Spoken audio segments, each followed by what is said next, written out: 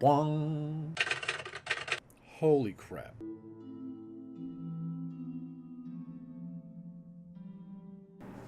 For those who remember the History of Dyrwood videos, these are the two main players from early Dyrwood history.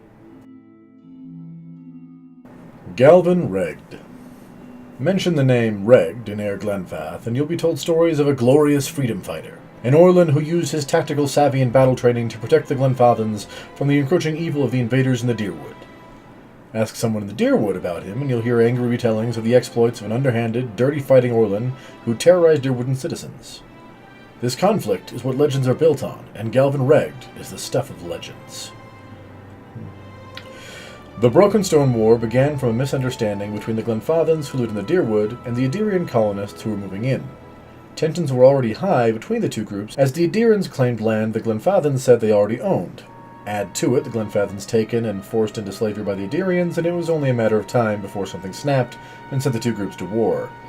There was the occasional skirmish or fight between isolated groups, but no real conflict until the Brokenstone War.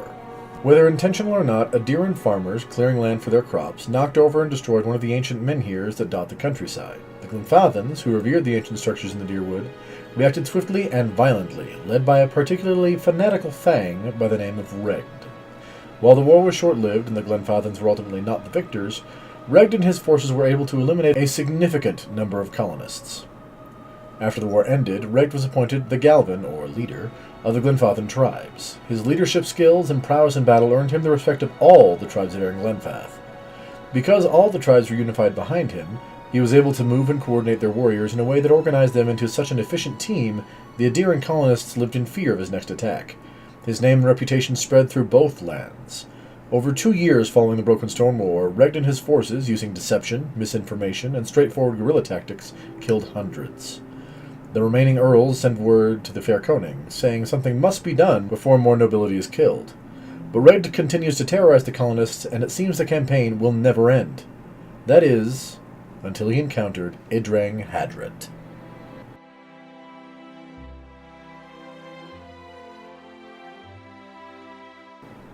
Edrang Hadret.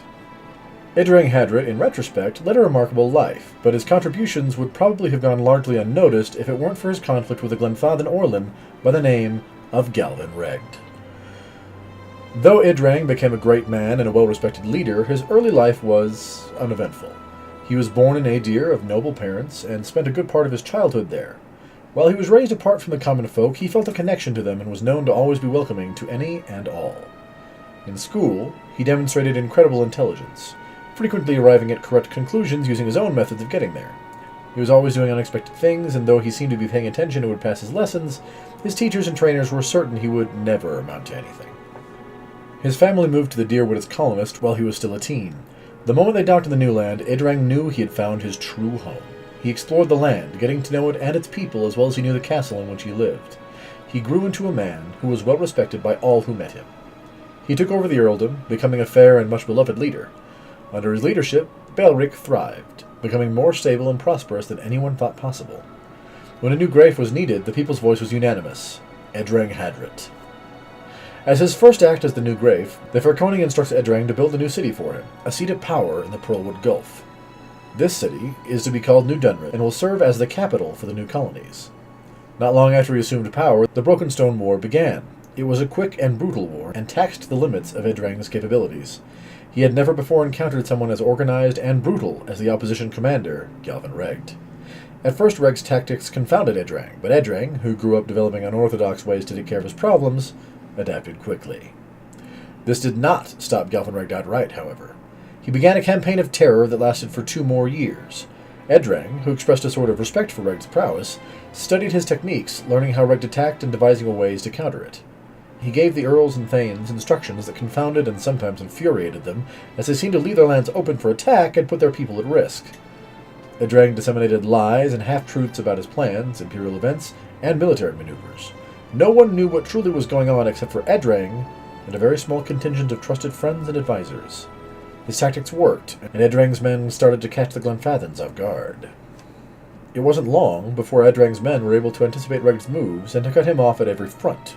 When asked how he was able to overcome an enemy that anticipated every move, Edrang responded, "That is how he was about to outwit us. Our moves were transparent. Anyone could see through the standard tactic. Spread something out thin enough, and you can poke a hole in it. I countered an unpredictable enemy with unpredictability." Because Edrang was able to counter Regd's plans, the conflict eventually died off. Regd sent a message to Edrang, expressing respect for his tactics and prowess with military maneuvers. This political and military stalemate led to the first treaties signed between the Glenfathans and the Aediran colonists, who would eventually become the Dyrwoodens.